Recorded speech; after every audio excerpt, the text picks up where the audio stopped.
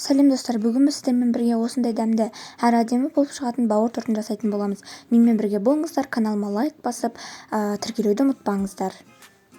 Мен керекті заттардың мөлшерін описанияға қалдыратын боламын.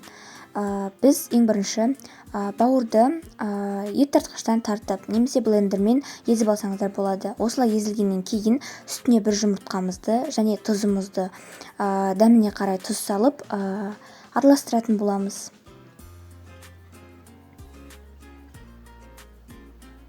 Осылай араластырғаннан кейін үстіне сүт құйып, илектен ұн өткізіп салатын боламыз.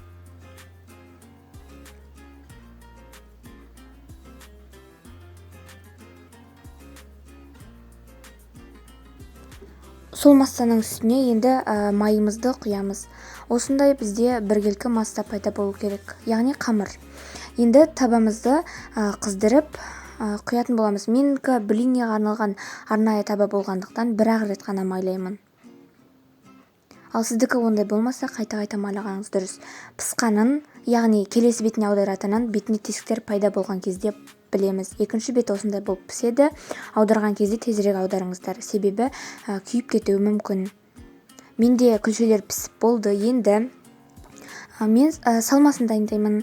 Ең бірінші осы майонезімізге ұсақталған немесе престен өткізіп чеснок, яғни сарымсақ саласыздар. Енді күштен өткізілген сәбізбен туралған сарымсақты осындай табада май құйып қуырамыз. Қуырып болғаннан кейін барып дәміне қарай тұз бұрыш саламыз.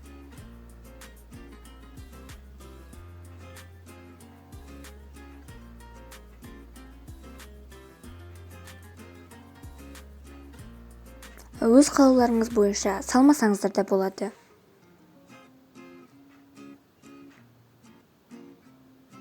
Енді тортымызды құрастырамыз.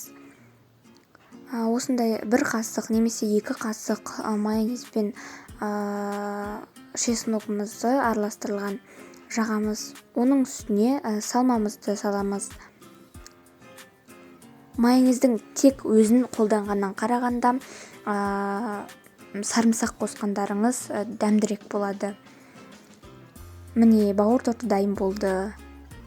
Астарыңыз дәмді болсын. Менің каналыма тіркеліп, лайк басуды ұмытпаңыздар. Торт сондай жұмсақ, сондай дәмді болып шығады. Тіпті бауыр жемейтін адамның өзі осы тортты жақсы көріп қалап тұратын болады. Менің каналыма міндетті түрде жазылып, лайк басып кетіңіздер. Әлі көп рецепттер шығатын болады.